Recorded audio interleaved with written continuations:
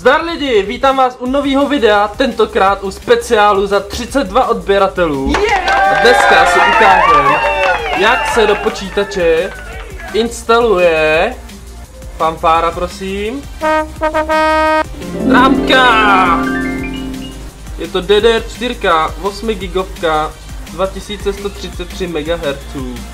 A nyní si ukážem, jak nainstalovat rámku do počítače.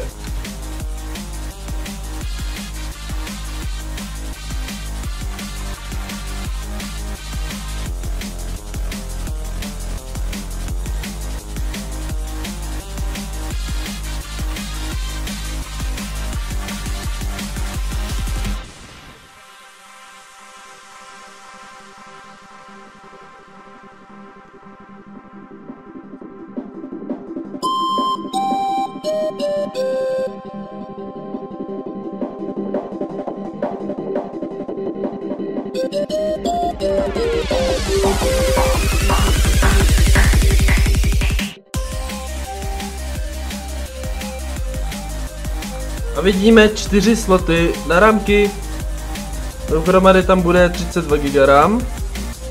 Musíme brát v potaz, že deska je otočená, tudíž se to vždycky dává do toho druhého slotu jako první. A pak do čtvrtého, aby byl vlastně dual channel, a to je všechno. A pak se to dá ten zbytek. Ano, vidíme krásnou rámku HyperX.